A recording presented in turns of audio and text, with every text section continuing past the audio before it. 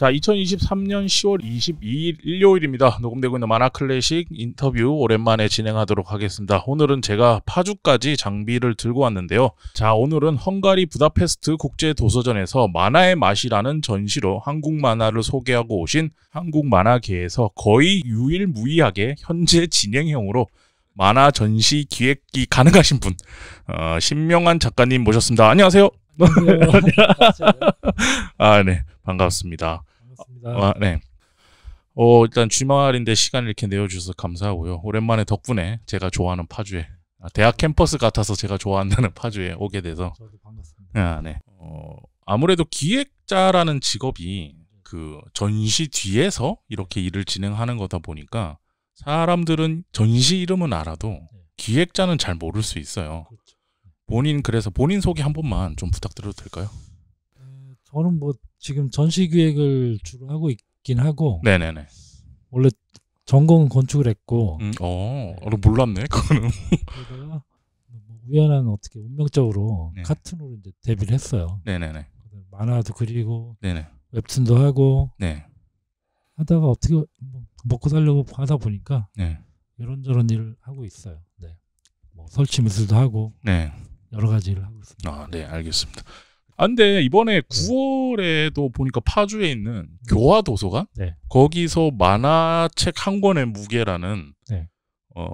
도서관에서 할 법하지 않은 주제 네. 제목을 가진 전시도 네. 하셨고, 네. 10월에는 헝가리까지 또 날아가셔서 네. 네. 만화의 맛이라는 전시를 하고 오시고 이랬는데, 네. 올해도 되게 바쁘셨을 것 같아요. 네, 바빴습니다. 네. 전시를 2개 하다 보니까 네.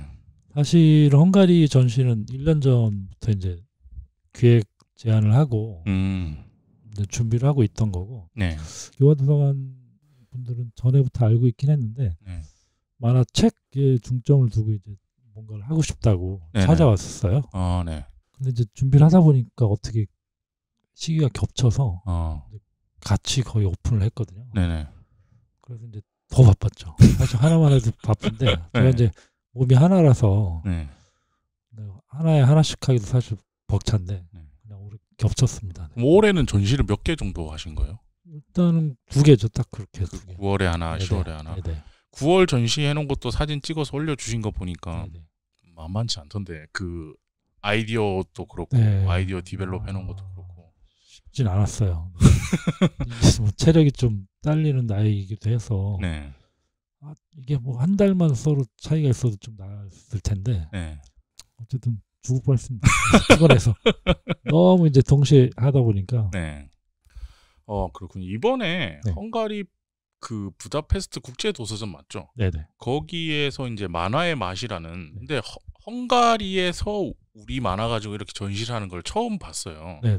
그리고 오픈하는 날까지 말씀을 안 하셨습니다. 저희가 네네. 페이스북 친구이기 네네. 때문에 네네. 네. 서로 이제 뭐 하는 거 있으면 이거 네네. 올리고 이러는데 네네. 전혀 얘기를 안 하시다가 네네. 어느 날 뿅 하고, 자, 네. 이미 헝가리에 계셔. 이미 헝가리에 계시고 이미 작가들은 거기 넘어가 있고 네. 한다 이렇게 하셨는데 약간 되게 놀랐어요. 놀랍고 되게 진짜 대단하다. 왜냐면 뭐 예전에 이미 벨기에랑 네네. 한국이랑 네. 하는 네. 한벨 만화 교류전은 네. 거의 10년 가까이 네. 이제 신명 작가님이 하고 계셨고, 네네. 근데 거기는 이제 매년 하는 거니까 네. 이제는 그쪽에서 하시는구나 생각했는데, 헝가리는 전혀 생각도 못했던 곳이고, 그렇죠. 저도 생각을 못했으니까. 누가 뭐 어디 청이나 네. 그 공공기관에서 같이 하자 이러는 것도 아니었을 테고, 네네. 어떻게 된 건지 네. 좀 궁금해요 이게.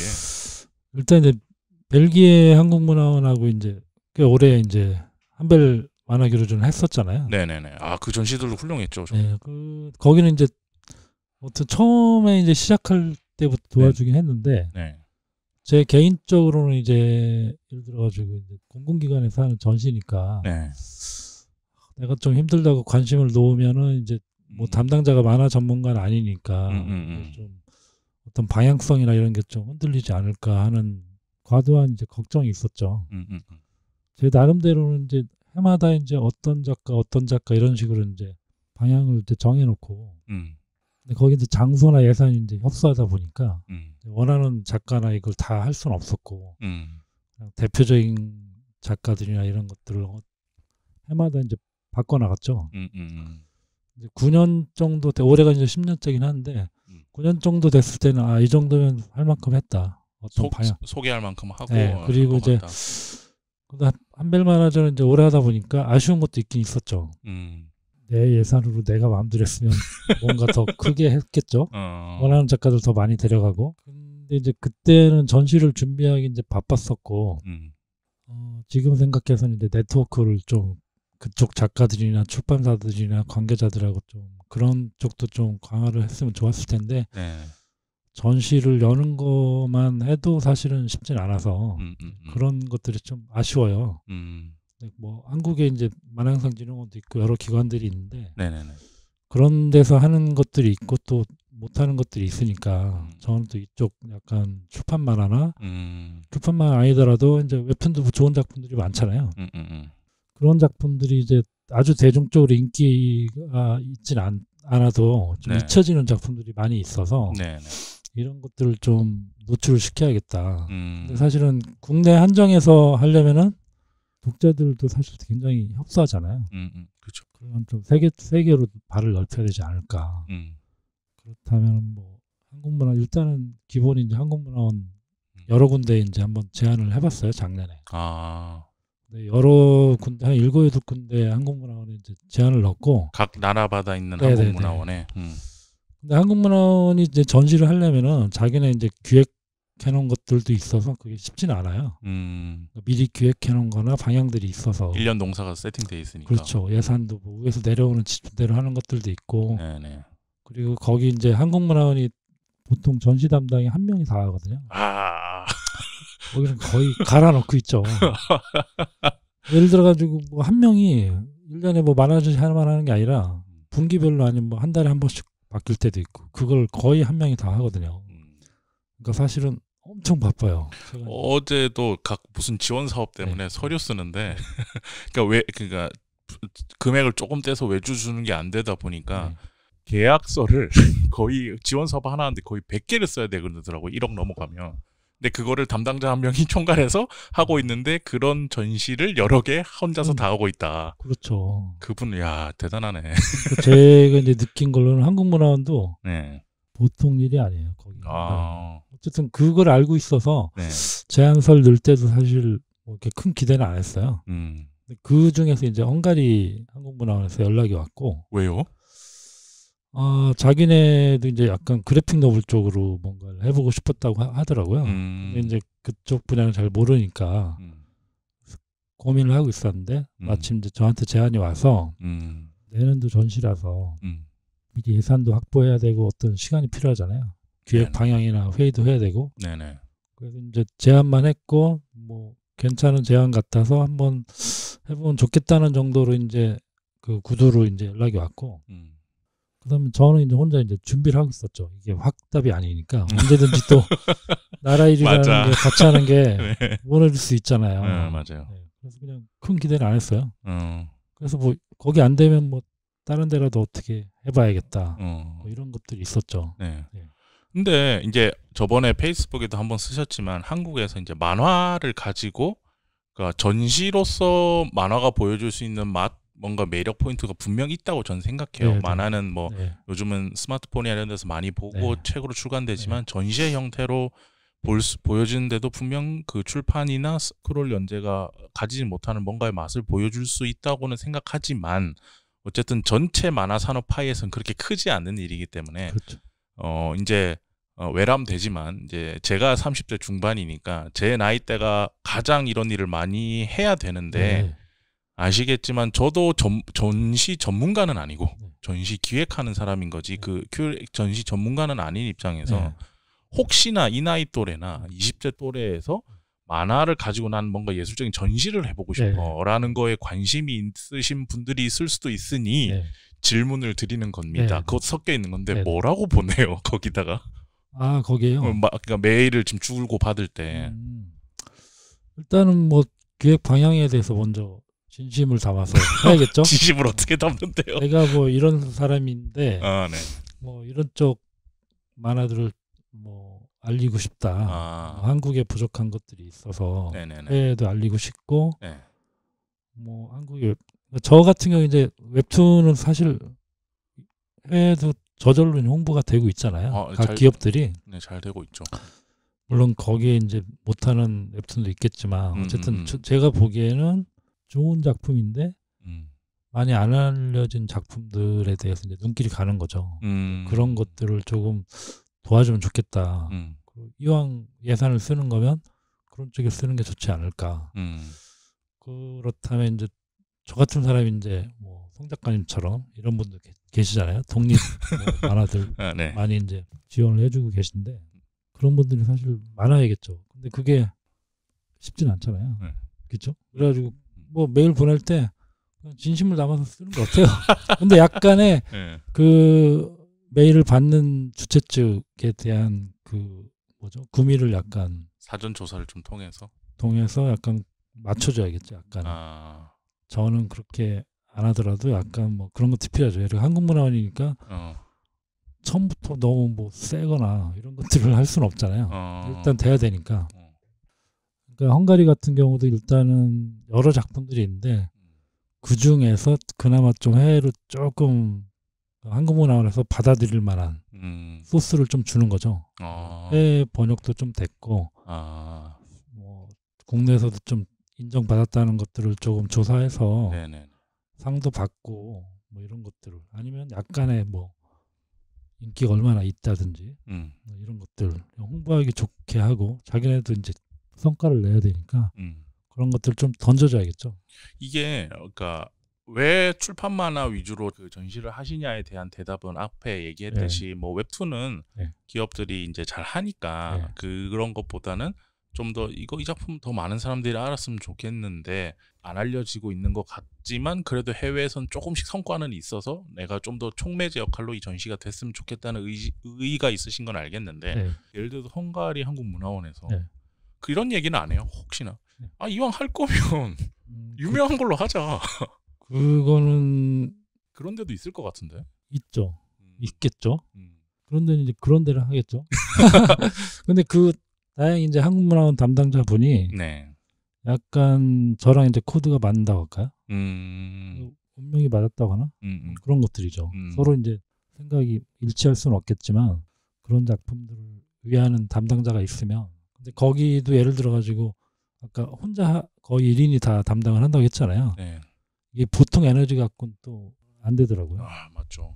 그분들한테 강요할 수는 없고 개인적으로 그러면서도 그런 쪽 작품들 뭐 만화 장르가 아니더라도 그런 생각들이 있는 담당자가 있으면 고마운 거죠.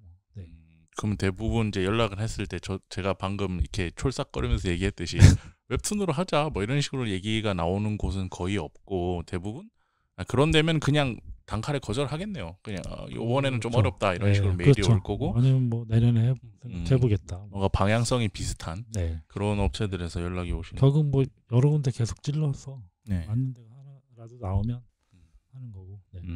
이번에 홍현식, 마영신, 수신지, 안고, 이윤희, 하민석 뭐 이런 작가님들 모시고 이제 전시를 했는데 매번 전시를 준비하실 때 보면 아무래도 기획자가 본인의 눈이라는 게 있으니까 어떤 기준이 있을 것 같아요. 작가님이 선정하는 작가의 기준이랄까? 그런 것들도 좀 궁금해요. 제가 어떻게 보면 좀 협소하더라고요. 뭐가요? 작품 식성이. 보는 식성이.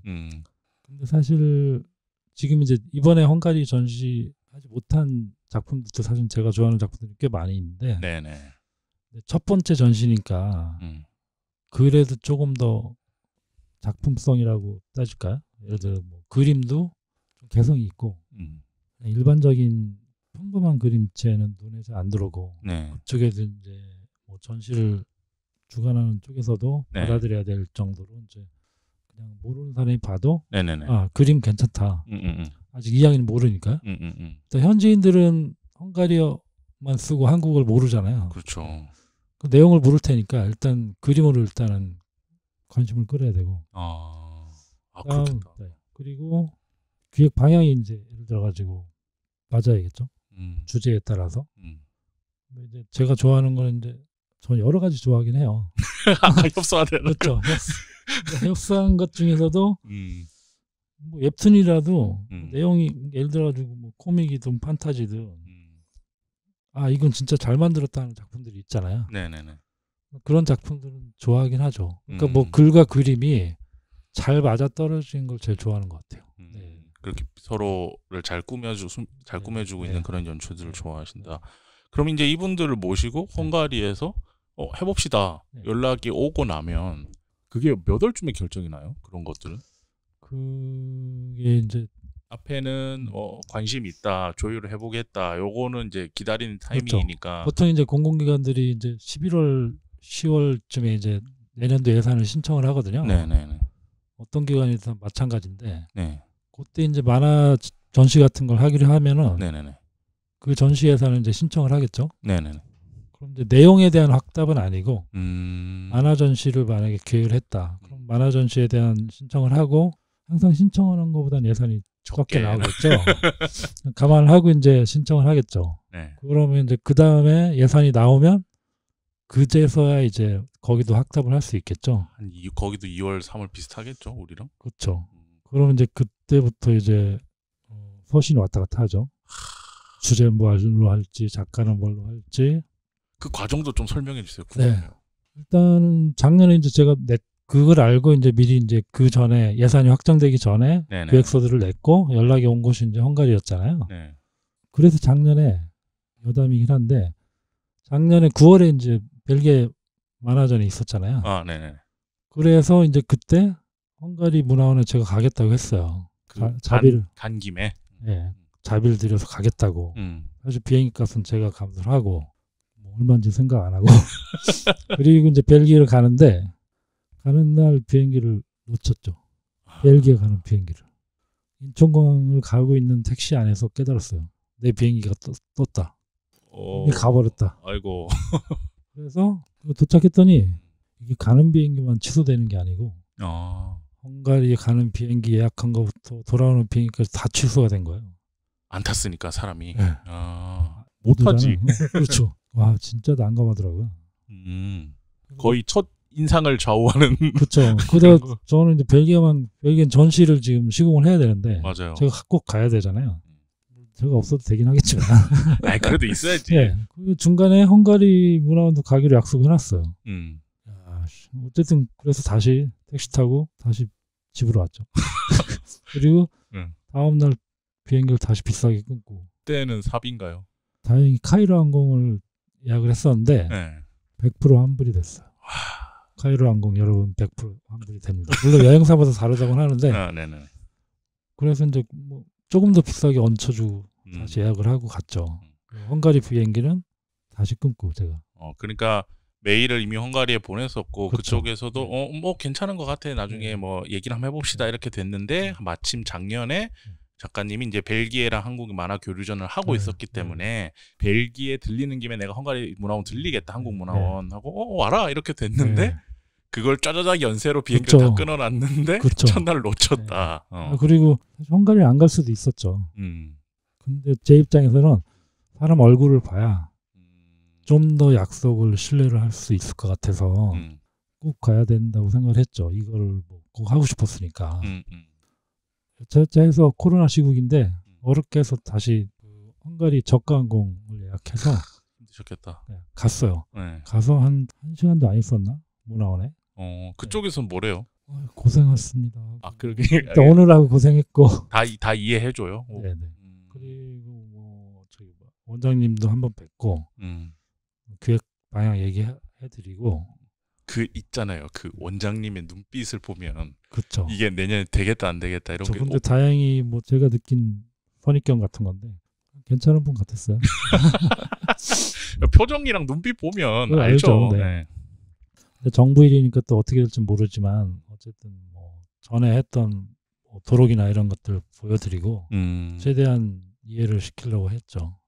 왜 그래픽 노블이나 뭐 이런 작품들을 하려고 하는지. 네네네. 그렇게 해서 이제 갔다 왔죠. 그게 이제 9월이니까. 작년에. 네. 그리고 이제 뭐 한참 기다렸죠. 한 2월까지도 기다리셨구나. 그렇죠. 그리고 이제 담당자분이 항상 바쁘잖아요. 이분도 이제 바쁘니까 항상 이제 중간에 한두 번은 왔었어요.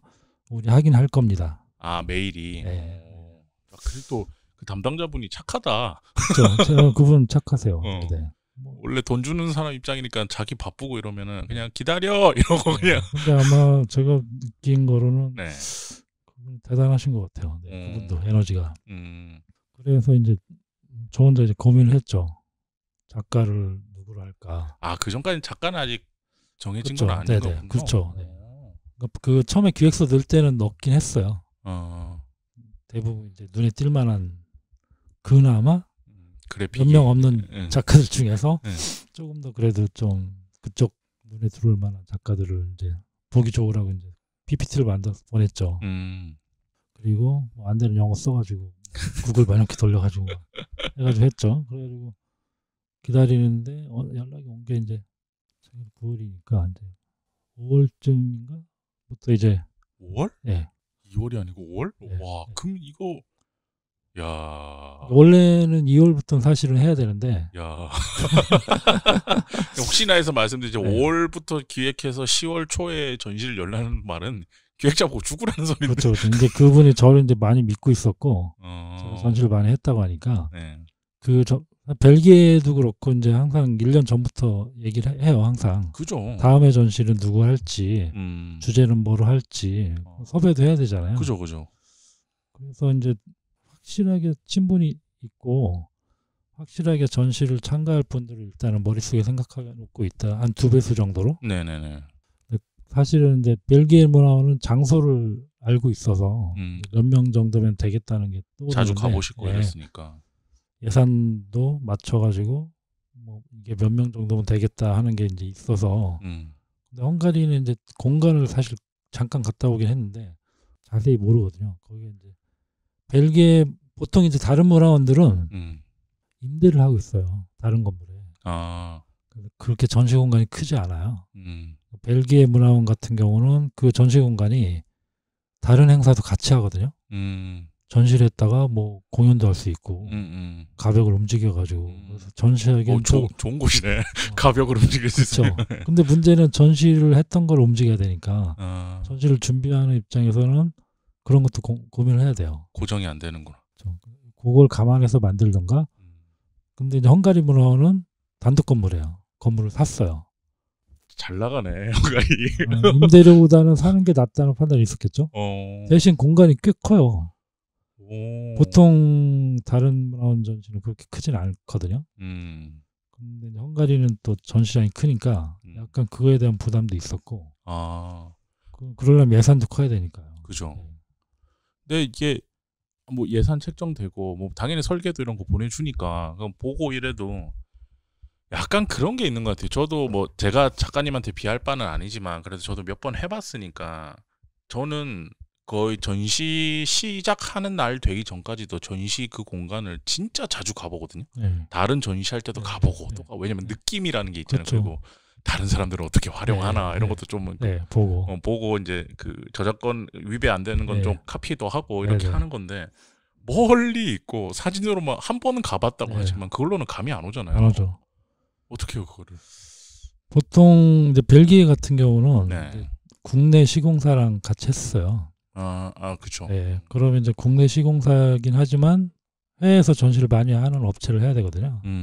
그게 이제 경력이 없으면 분명히 문제가 생기니까. 네네네.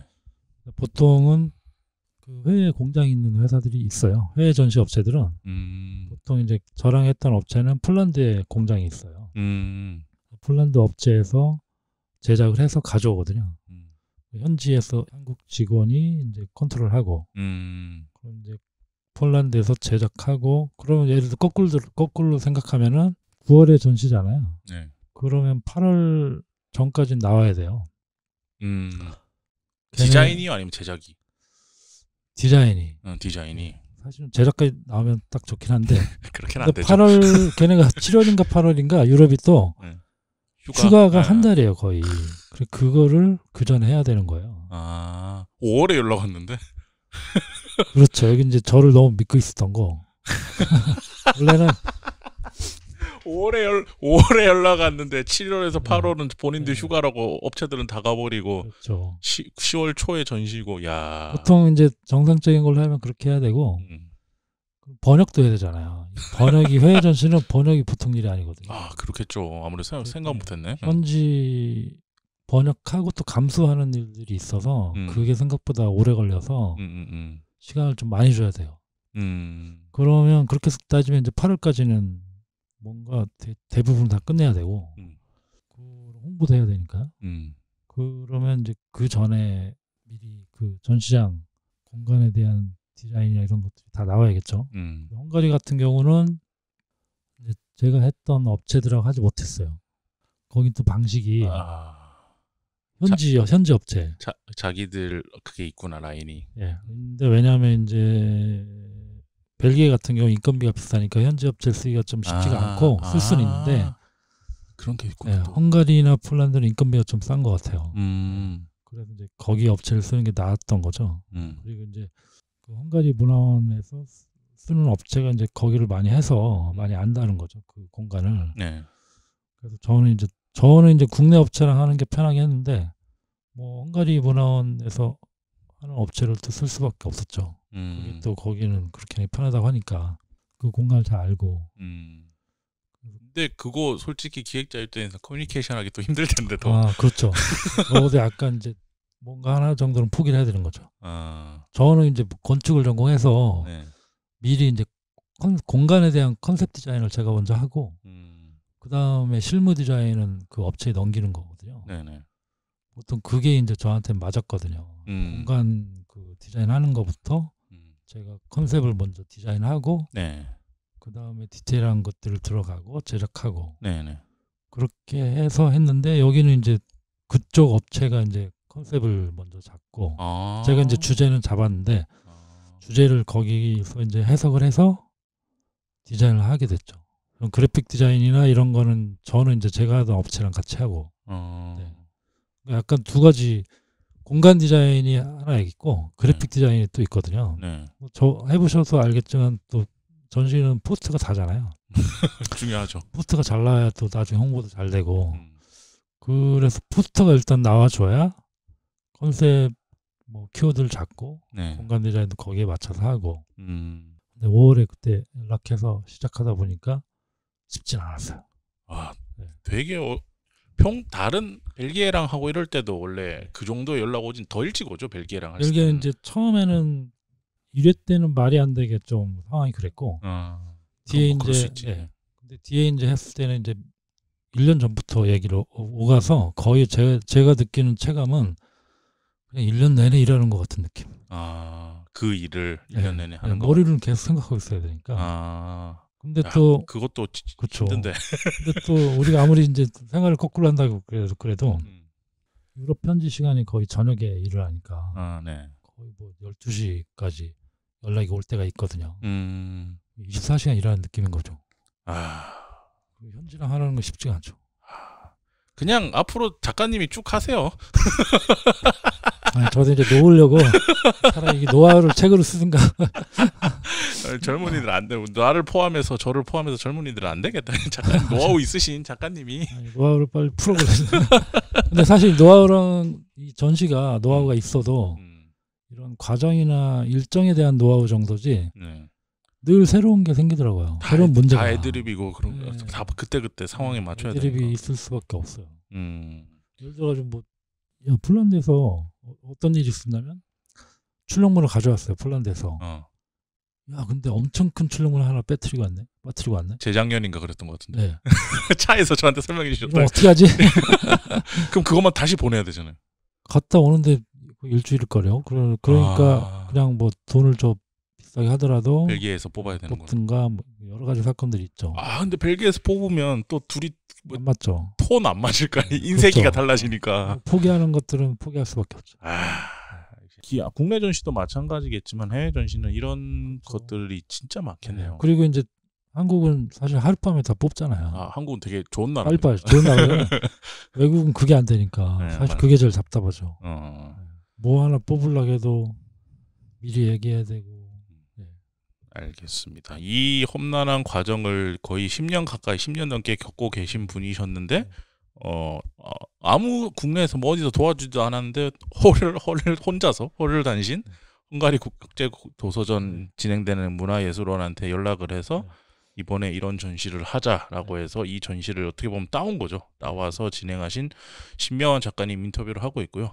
잠시 쉬고 와서 지금은 이제 우리가 해외에서 전시를 하게 되면 디자인이나 컨셉 잡는 데 있어서 정리를 좀 하자면 내가 다 하더라도 인쇄소에서 문제가 생길 수 있고 거기는 아무리 EU라고 묶여 있어도 다 나라마다 인쇄비, 인건비가 다 다르니까 그런 문제가 생길 수 있고 나라가 다르니까 인쇄가 잘못돼서 오면은 그렇죠. 끝장나고 그리고 가끔씩 문화원이나 돈 주는 데 클라이언트 측에서 이 업체랑 반드시 해야 된다라고 해서 수도 있죠. 본인이 평소에 손발 맞추던 데랑 안 맞을 수도 있고 그리고 이제 아까 얘기했듯이 그 업체를 선정해 준 데에서 만약에 컨셉 디자인을 한다.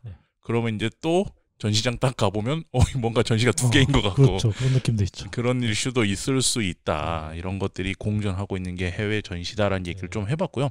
잠시 쉬고 나서 이번에는 그럼 이제 해외로 작가님들을 보내야 되잖아요. 그렇죠. 그러면은 알겠지만 작가님들 다 INFP예요. 그렇죠. 밖에 거기도 파죠. 이게 섭외하는 게 쉽지 않아요. 까마득한 얘기인데 이것도 잠시 쉬고 와서 한번 얘기를 해보도록 하겠습니다.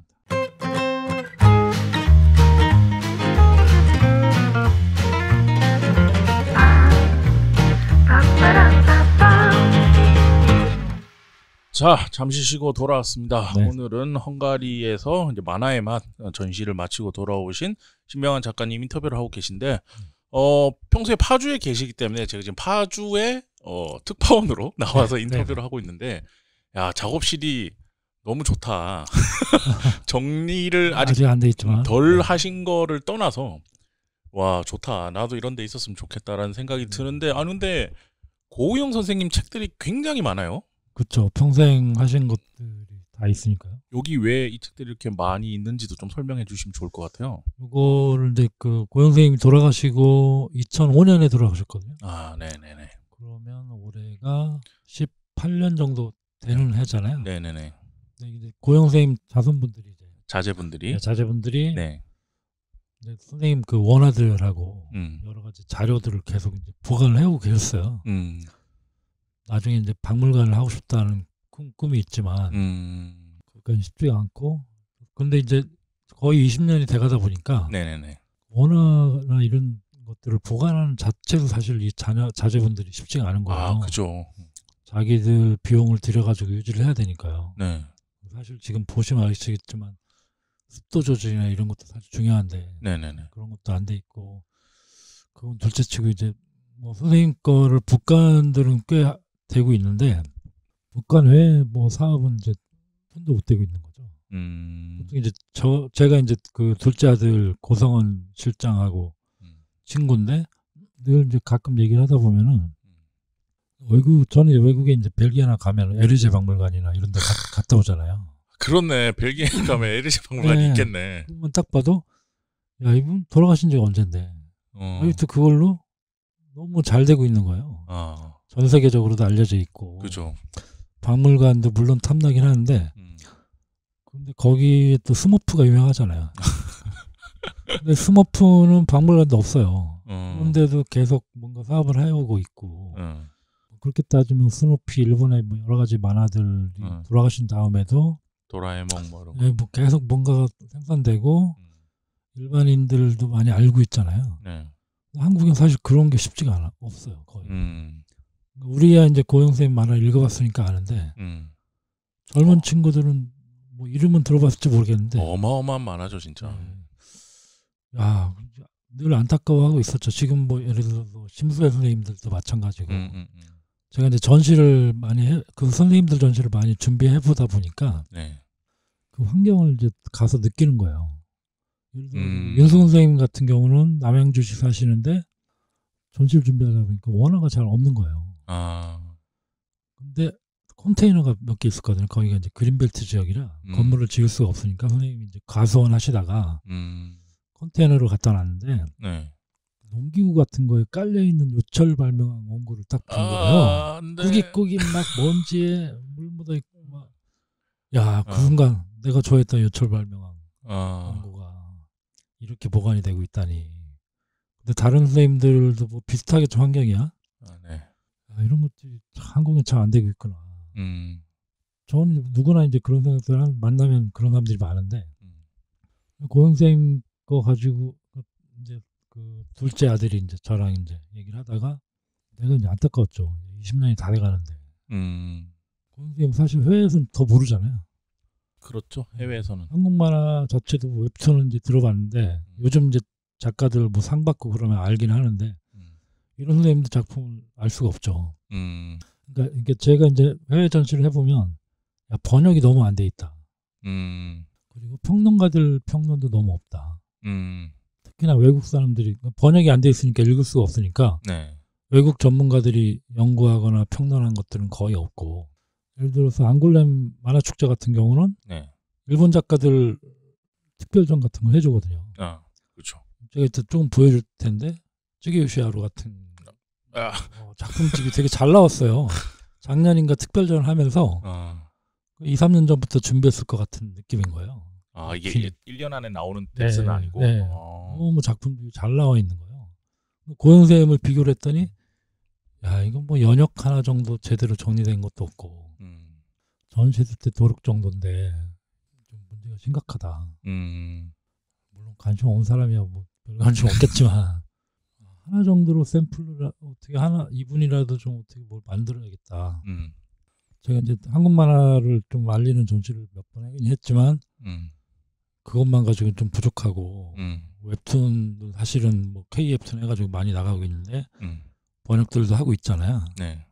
이런 뭐 번역 지원 사업도 있긴 하지만 사실 그게 거의 미미해서 다른 벨기에 전시를 해보니까 거기에 이제 벨기에는 언어를 이제 네덜란드어도 쓰고 불어도 쓰고 영어도 쓰고 막 이래요. 근데 거기에 이제 플랑드르 지역이 이제 네덜란드말을 쓰는 지역인데 네. 그 언어를 쓰는 문학 작품을 지원해주는 기금이 있어요. 그 플란더스의 개의 그 플란더스가 플랑드르 지방을 이야기하는 건데 거기서 만든 플랑드르 문학 기금인데 거기서는 이제 만화도 지원을 해줘요. 그래픽 노블이라고 해서 문학 쪽에 넣어서 이제 지원을 해주는데 네. 거기에 번역가 지원도 있는 거예요. 근데 거의 모든 언어들 번역가 지원이 있는데 한국말만 없더라고요. 야, 거기 한국말만 있었어도. 물론 그런 것들 예를 들어 한국 만화를 알리는데 번역 헝가리 전시도 마찬가지고 저는 이제 헝가리 전시 처음 할 때 헝가리 만화가 없는 줄 알았어요. 우리가 본 적이 없으니까. 저도 그렇죠. 헝가리 어도 사실 너무 생소하니까요. 알고 봤더니 헝가리도 만화가 엄청 많더라고요. 헝가리 사람들이 헝가리어로 그리는 만화가. 네. 근데 물론 그분들은 유럽에도 활동하고 많이 활동하고 있지만 헝가리어로 그리는 만화도 많이 있구나. 거기가 이제 면적은 남한 만화인데 인구가 1000만 정도 되는 것 같아요. 인구가 적긴 한데 거기도 만화가가 있구나. 대신 한국 만화도 그쪽에서는 생소한 거죠. 그러려면 번역이 참 큰 서로 교류를 하려면 그게 참 소통을 해야 되니까 양쪽 문화를 이해하는 사람이 번역을 해야겠네. 그래서 생각이 든 게 고영쌤도 마찬가지고 이건 한국 만화의 문제이기도 한 것 같아요. 한국의 만화도 늘 제가 이제 딴 데랑 얘기하다 보면 파주 시민이 지금 한 60만 명이라고 하거든요. 네. 그럼 이제 그 중에 만화에 있는 독자는 몇 명인가 따지면 너무 미미한 거예요. 웹툰이 지금 뭐 잘 되고 있다고 말은 하지만 그 중에 출판 만화는 더 없겠죠. 네. 그렇게 따지면 반대로 이제 10만 명이 읽더라도 50만 명은 만화책을 볼 사람들인데 관심을 끌게 해주면. 그죠. 그럼 고영세인 같은 경우는 젊은 친구들이 만화 아직 못 봤으니까 보게 만들면 되잖아요. 그게 쉽지는 않겠지만. 그리고 해외 독자들이 사실 많이 블루칩이다. 한국 만화를 안 읽고 있는 사람들이 얼마나 많겠어요. 생존 전략은 독자를 확보하는 건데 네네. 젊은 층하고 아니면 만화 독자 아닌 친구들하고 해외 독자들 이렇게 세 개인 것 같아요. 그런 쪽 내 생각이 좀 미치고 있는 거죠. 그래서 지금 여기서 이 고영 선생님 작품들과 이 IP들 가지고 뭔가 일을 만드는 역할을 하고 있는 거죠. 근데 고영 선생님 기념하는 거는 둘째치고 뭐 자손분들은 원화나 이런 것들을 보관하는 게 사실 첫 번째 목적이었는데 저는 이제 고영 선생님의 DNA를 좀 퍼뜨려야 되지 않을까. 생물학적인 DNA는 자손분들이 있지만 고영세임의 만화를 사실 맥락이 끊겼다고 할 수 있거든요. 뭐 독보적인 분이긴 한데 고영세임 만화를 좀 더 많이 읽고 그 영향을 받은 작품들이 뭐 다른 형태로 많이 나오면 좋겠다. 그게 결국은 고영세임을 기념하는 거 아니겠냐. 그 방향 이제 큰 방향은 그거고 네. 그러려면 여러 가지로 이제 노출을 시켜야 되지 않을까 싶은 거예요. 복가는 당연히 이제 복가는 출판물로 나와서 읽으면 되는데 고영세임의 만화 매력들을 좀 읽게 해주는 게 어떻게 방법을 찾는 게 이제 목적이고요. 그게 뭐 웹툰이 되든 뭐 다른 형태의 각색이 되든 아니면 둘째로 이제 고영세임에 대한 연구나 이런 것들을 좀 많이 해줬으면 좋겠고 뭐 여러 가지 상품들은 당연한 거고 네네. 그런 것들을 통해서 이제 고영세임 콘텐츠를 좀 즐길 수 있는 공간 뭐 이런 것까지 되면 좋겠다. 알겠습니다.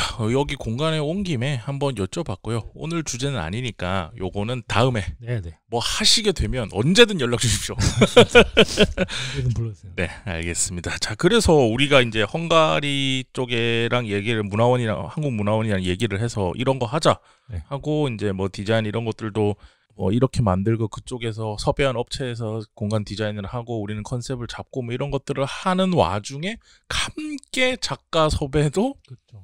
좀 초기에 빨리 돌아가야 될 텐데 그렇죠. 잘 안 하려고 할 텐데.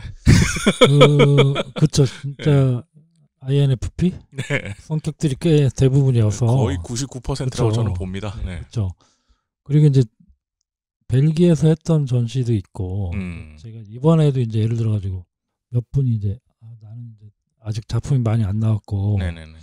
해외에서 전시를 많이 해서 좀 안 했으면 좋겠다. 근데 저는 이제 그분이 안 빠지면 좀 힘이 없을 것 같아서 헝가리에는 또 처음이잖아요. 네. 설득을 많이 했죠.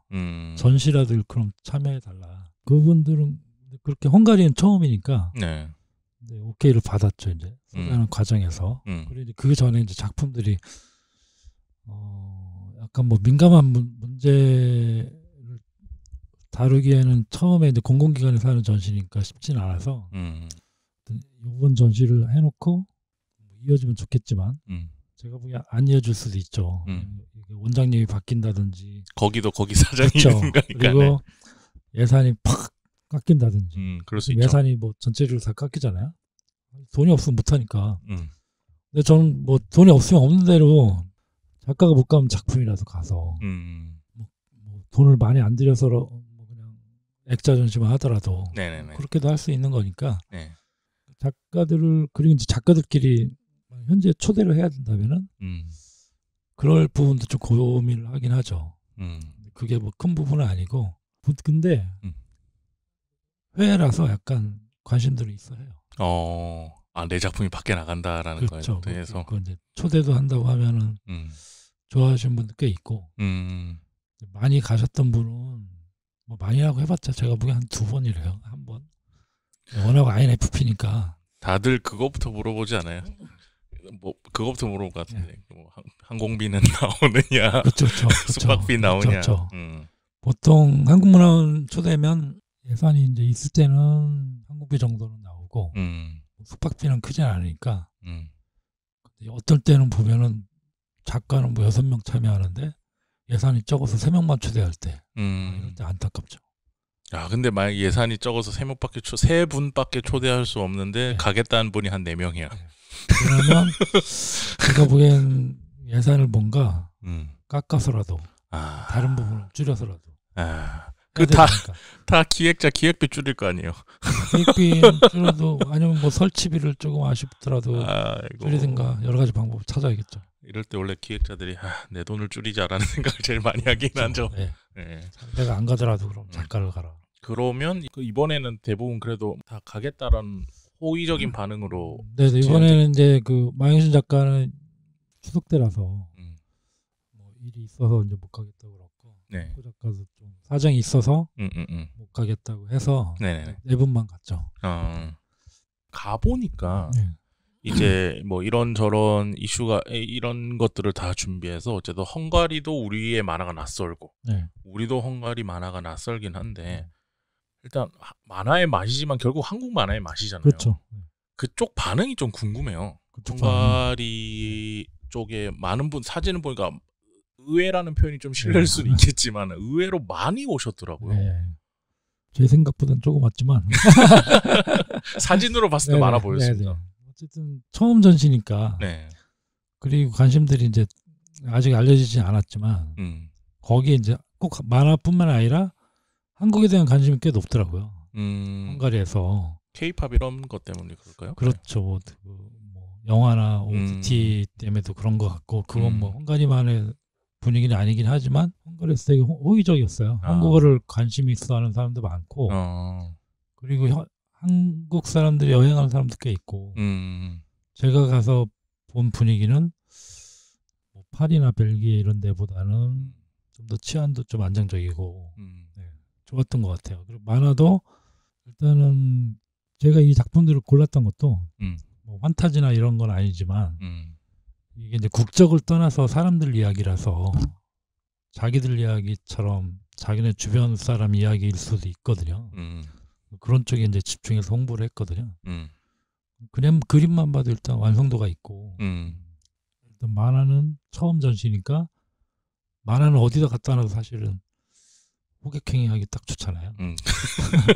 이런 말 하면 좀 그렇긴 하지만 네. 그래서 더 관심 있던 것 같아요.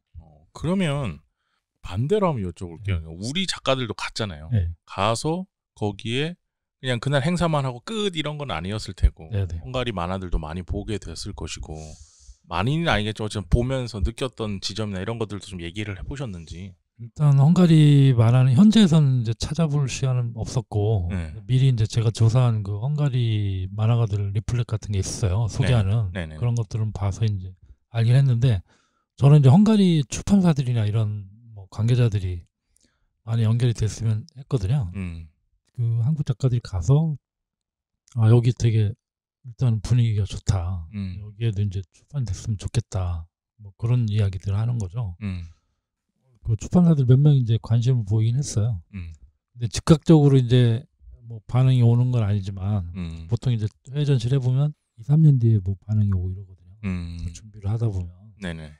전시가 아직 1월까지니까 그 안에 뭐 다른 일들이 있을 수도 있고. 네. 특히나 이제 거기 헝가리 부다페스트 북 페스티벌. 네, 국제도서전. 네, 거기서 이제 국제도서전에서 북토크 행사를 했는데 되게 진지하게 들어주고 만화에 대해서 관심들이 많더라고요. 그럼 어떤 질문들이 좀 나한테 기억나시는 거? 기억나는 게 이제 한국 만화 작가들 어떻게 먹고 사냐. 뭐 그런 것들 하고 그리고 웹툰이 뭐 얼마나 잘 돼 있냐 이런 것들. 그리고 뭐 한국 만화 역사가 꽤 긴 것도 약간 놀라고 있었고.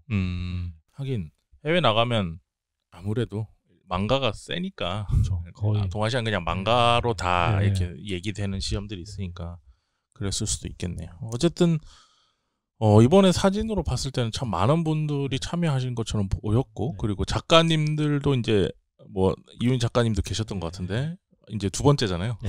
그래서 좀 표정이 전 그분 뵌 적은 없지만 여유가 조금은 있어 보이는 듯한 표정이 보였었고 그래서 되게 재밌게 얘기를 많이 하고 오신 것 같은데 헝가리 쪽에랑은 다음에도 이게 계속 진행될까요?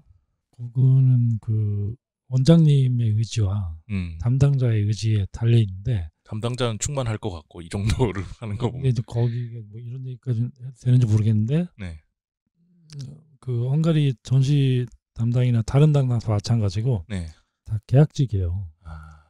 그 기간이 있는 거죠. 언제까지 유지가 될지는 사실 쉽지가 않고 원장님도 아마 3년마다 바뀔 거예요. 다음 원장이 예산을 신청을 해놔야겠죠. 내년도 예산을.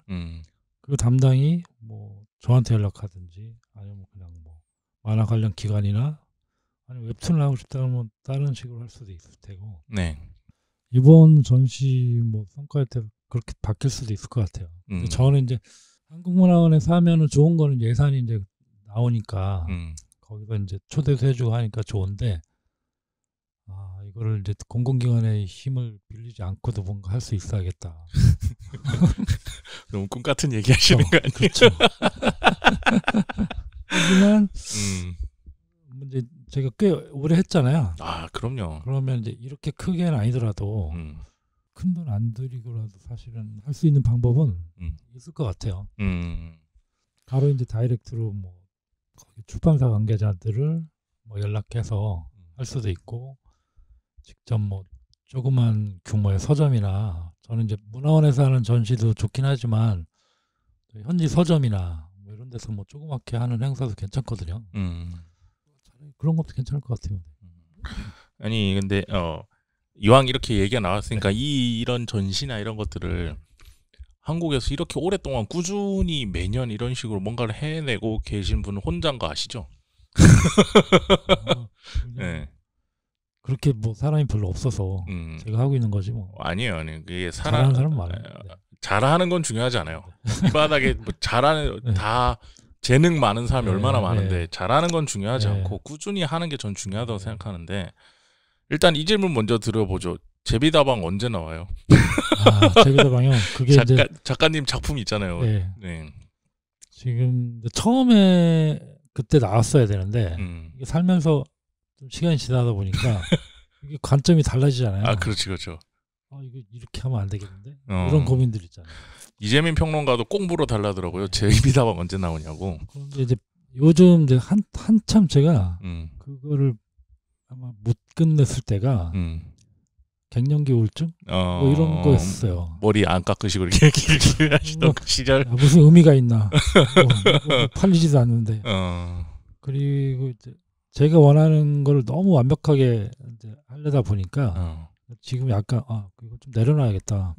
요즘 뭐 짧게라도 하시는 분들 있고 보니까 실험적으로 하는 분도 있고. 네네네. 그러면은 좀 해봐야겠다 다시. 갱년기 우울증이 없어졌거든요. 다행입니다. 뭐 어떻게 없어졌는지는 뭐 제가 다른 자리에서 얘기 안 하겠는데 코로나 백신 맞고 없어졌어요. 있거나 말거나 하긴 한데. 타이밍이 있을 수 있죠. 네, 그렇죠. 그래서 다시 이제 만들려고 하고 있습니다. 아니 근데 그러니까 일단 작가님이시니까 뭐 제가 할 말은 아닙니다. 저도 어디 가서 작가라고 얘기하는데 작품 안 낸 지 너무 오래돼서. 근데 어쨌든 만화를 만들고 싶은 게 누구나 있죠, 작가님도 그렇고 저도 그렇고 그게 원래 난 원래 만화를 만들고 싶어서 이거 하려다 이렇게 된 거잖아요. 근데 그러면 만화를 만들어야 되는데 이 전시하는 일을 끈질기게 하고 계시단 말이에요. 그러니까 어떤 마음이, 이게 솔직히 얘기해서 큰 부기의 영화를 가져오지 않아요. 맞습니다. 아까도 얘기했지만 뭐 전시하다가 비용 모자르면요. 전시 그 많은 걸 복잡하게 계산하기 싫어서 전시 기획자들이 뭐를 하냐면 내 피해서 그냥 깎아라. 그렇죠. 그런 식으로 하고 퉁쳐버리고 가버리면은 이제 몇백억 안 남거든. 1년짜리도. 그렇죠. 뭐 한 건가 싶죠. 근데 이거를 10년째 하고 계시는 이유가 뭔지가 좀 궁금해요. 저도 사실 갱년기 우울증 때는 그 고민을 많이 했어요. 야, 지금 내가 남은 게 뭐지? 지금 올해 이제 30년 됐거든요. 만화 데뷔한 지. 근데 사실 남는 게 별로 없더라고요. 제 이름으로 남는 게. 작품을 얘기하시는 거죠. 그렇죠. 그리고 전시를 많이 했는데 사실 기획자가 뭐 앞에 나서는 건 아니니까 작품들을 위해서 하는 거니까 고민을 많이 했죠. 근데 제 성향이 제 작품을 만들고 싶은 건 당연히 욕구가 있었는데 이게 좀 내가 딱 보고 이 작품 되게 좋은데 뭐 좋은 작품 있으면 옆에 보여주고 싶잖아요. 그렇다 치고요. 네네. 그러면 이제 이거 좀 알리고 싶은데 나는 이제 능력이 이제 전시 기획이나 뭐 공간에 보여주는 거를 제가 좀 좋아했는데 잘 하시잖아요. 거기서 오는 이제 재미가 있었어요. 그러니까 건축을 전공했던 것도 좀 컸고,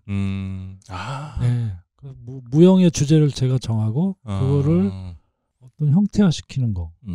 특히 만화 속 공간을 전시로 만드는 게 재미가 있었고, 좀 더 이제 오래 하니까 어떤 걸 부각시켜서 이게 성과를 얻게 되니까 물론 눈에 보이지는 않지만 예를 들어가지고 몇몇 작가들이 뭐 해외 출판도 되고 그게 제가 계약한 건 아니지만 어떤 영향이 있다고 생각을 하거든요. 상도 받고 그런 것들이 있으면 은근히 이제 좋은 건데 여기서 끝나면 안 되겠다는 생각이 이제 든 거죠. 이걸 좀 이럴 거면 내가 사업을 할 걸. 에이전시를 하고 차라리. 너무 이제 그냥 순진했던 거죠. 그냥 재미를 위해서. 정리해보자면 내가 읽어온 만화책 중에 정말 좋은 만화가, 난 정말 이 만화가 좋아. 그렇죠. 근데 주변에 물어봤는데 몰라.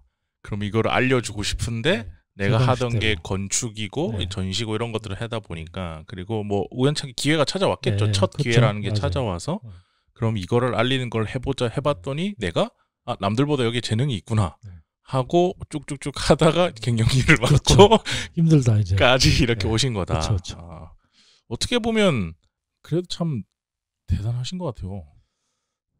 그냥 하는 거죠. 이게 돈이 안 되기 때문에 그리고 가정도 있으시니까 가정에 이제 돈을 그쵸. 어쨌든 벌어다 주려면 다른 일을 또 투잡, 쓰리잡, 포잡까지 해야 된다는 거잖아요. 내 시간을 많이 뺏기죠. 네. 뭔가 그 기쁨이 이거를 하는 기쁨이 그 뭔가를 가득 채웠나 봐요. 작가님을.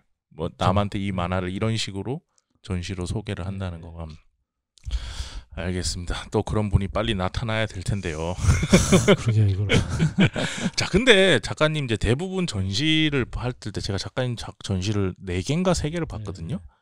파주에서 하는 것도 봤고 그리고 한 3-4개를 봤었는데 페이지 만화라는 것을 가지고 공간을 전시를 하는 것들이 주를 많이 이루었어요. 이번에도 DP 해놓으신 그것도 요 작가님 디자인인 거죠? 네네. 와, 되게 멋있었는데 그 책. 교화. 네, 그렇죠. 그것도 우연한 것도 있긴 했지만 어쨌든 페이지 만화를 전시로 보여준다는 것에 있어서 저번에 페이스북에서 멋진 말을 써주셨는데 기억이 안 나요. 본인이 가지고 있는 생각이랄까? 페이지 만화를 전시로 보여준다. 혹은 뭐 좀 지금은 웹툰 가지고는 안 해보셨으니까 섣불리 대답하시기 어려울 수 있겠지만 그런 것들 포함해서도 만화를 전시로 보여준다는 것. 그래서 어떤 생각을 가지고 작업을 하신지를 일단 사실 전시를 처음 하게 된 거는 웹툰이었어요. 아 진짜요? 강풀 특별전이라고. 그때 이제 부천 축제 운영위원 잠깐 했었는데 네. 아이디어를 내다가 네. 야 그럼 네가 해봐 그래가지고 그렇게 잘할 거면 네가 해봐라 뭐 이런 식이었죠. 비슷한 취급을 당하셨군요. 그래서 이제 강풀 특별전 했는데 네. 프리가 이제 저랑 이제 미디어다음 같이 그 연재했던 친구인데 저보다 이제 후배긴 하죠. 네.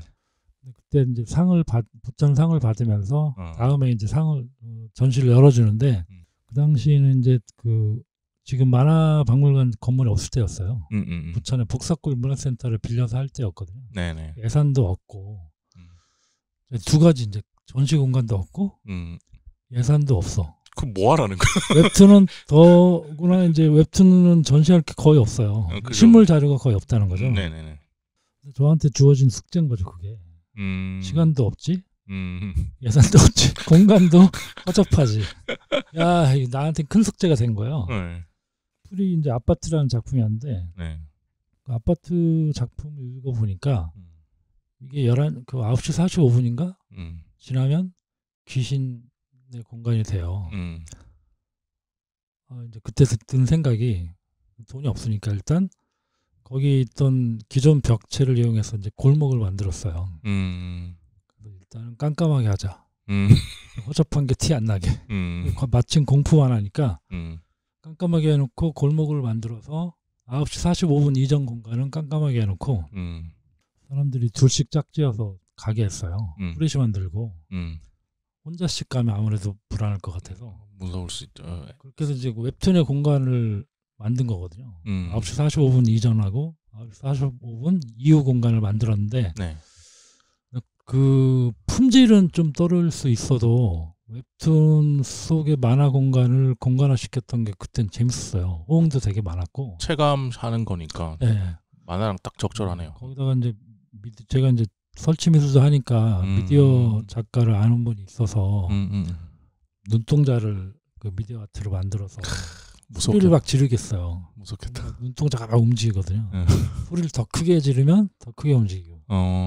그리고 이제 그 45분 공간을 지나가면 진짜 귀신이 나타나요.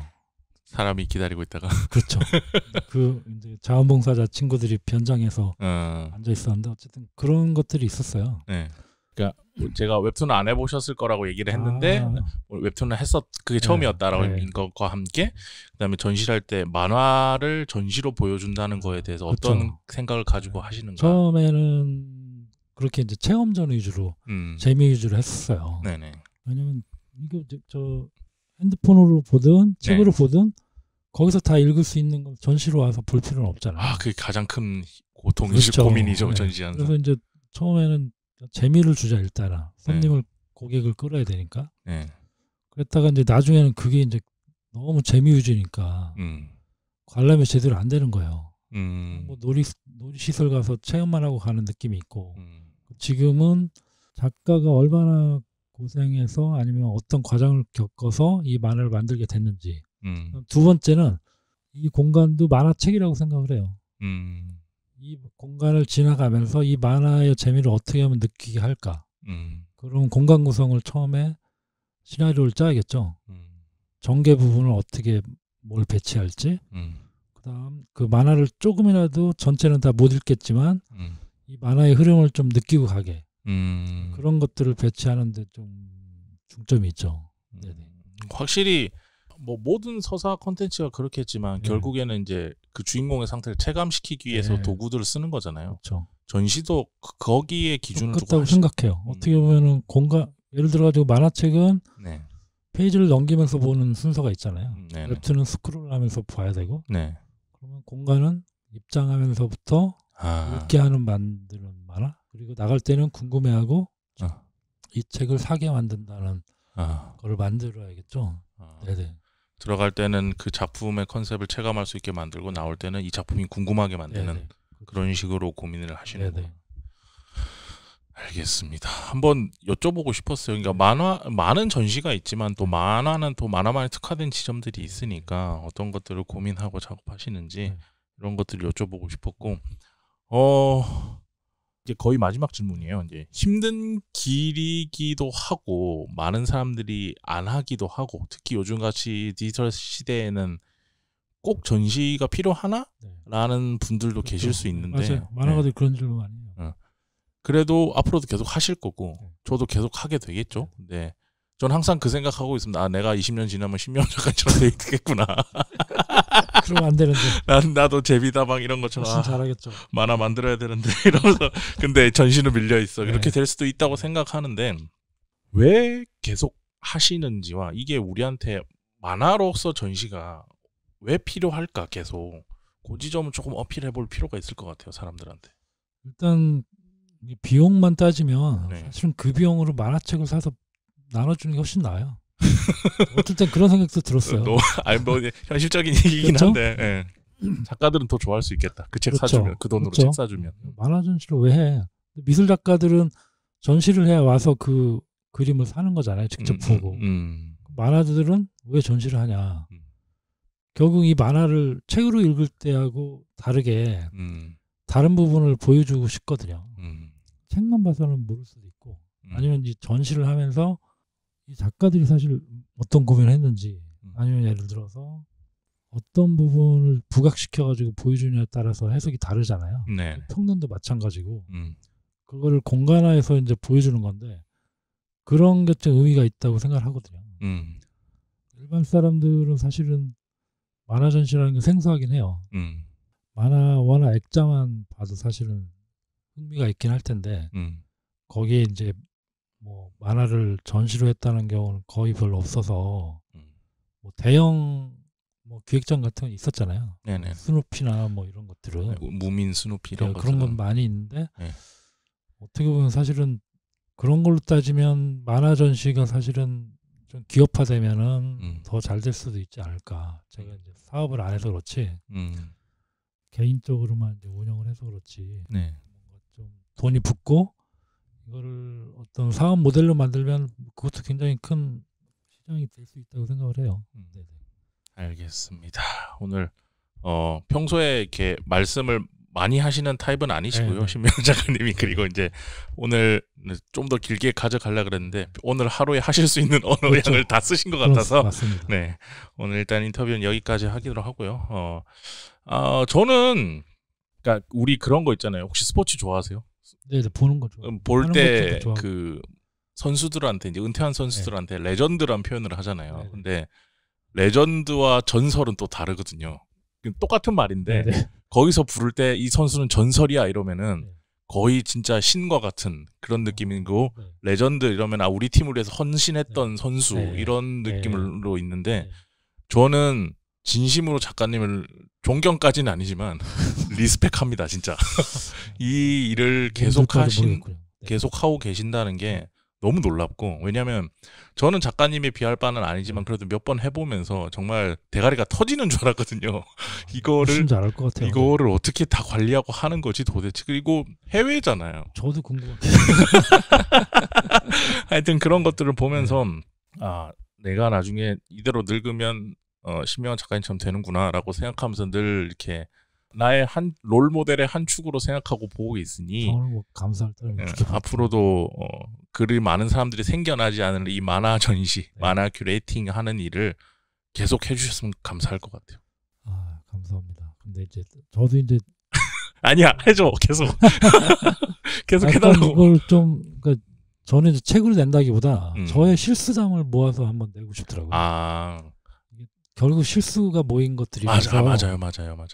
아까 뭐 비행기 놓친 건 아무것도 아니고 솔직히 그렇죠.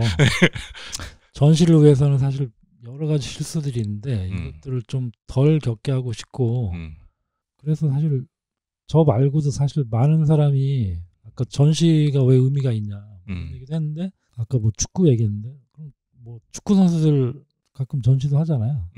보러 가기도 하고 사실 많은 문화가 다양하게 즐길 수 있어야 되는데 만화를 이용해서 즐길 수 있는 많은 어떤 파생된 것들이 있어야 되는데 한국은 그런 것들이 참 너무 없는 것 같아요. 예를 들어서 피규어도 별로 없지, 상품도 별로 없지. 그다음 뭐 여러 가지 있잖아요. 만화 전시는 특히나 더 없어지는 것 같은 느낌인 거예요. 3D 직업 중에 하나이기도 하지만 웹툰 뭐 관련 학과도 아까 많이 생겼다고 하지만 성인수 작가님이나 뭐 이런 몇 분들이 계시긴 하지만 좀 더 많아져야 되지 않을까. 전시에 관련돼서 일을 하는 분들이 그렇죠. 전시 꼭 아니더라도 다른 분야도 좀 많아져야 되지 않을까. 전반적으로 그러니까 만화 문화를 즐기지 않는 사람들 너무 많거든요. 저의 그러니까 큰 목적은 만화를 즐기는 사람들이 더 많아져야겠다. 다양해졌으면 좋겠다. 네, 그렇죠. 알겠습니다. 오늘은 지금 10월에 헝가리 서울국제도서전에서 만화의 맛이라는 전시를 하시고 돌아오신 신명한 작가님을 인터뷰를 해봤고요. 지금 아까 중간에 잠시 쉬고 돌아와서 얘기할 때도 얘기했지만 고유영 선생님 작품들을 가지고 뭔가 해외에 알릴 수 있는 방편이나 기존의 독자분들 말고 이제 좀 더 나이층이 어린 독자들한테도 뭔가 이 작품들이 가닿을 수 있을 만한 아이디어나 일들을 하고 계시고 그리고 고유영 선생님이 굉장히 유니크한 그림이긴 했지만 이 그림에서 영향을 받아서 또 계승 발전시키는 그런 작가들도 많아졌으면 하는 바람으로 이런 일도 같이 하고 계신데요. 오늘 이런 신명한 작가님 모시고 다양한 이야기를 한번 나눠봤습니다. 다음에 또 뭐 사업 관련된 일이나 또 다른 전시가 있어서 뭐 요번에 헝가리가 아니고 저기 브라질이나 남미 쪽으로 한번 거기는 남미 쪽도 만화가 있으니까 남미 만화들이 있으니까 그쪽으로 한번 뚫으면은 그때도 한번 다 찾아와서 제가 인터뷰를 해보도록 놓치지 말아야 되는데 하도록 하겠습니다. 오늘은 여기까지 할게요. 작가님 인터뷰 응해주셔서 정말 감사합니다. 감사합니다. 네. 네.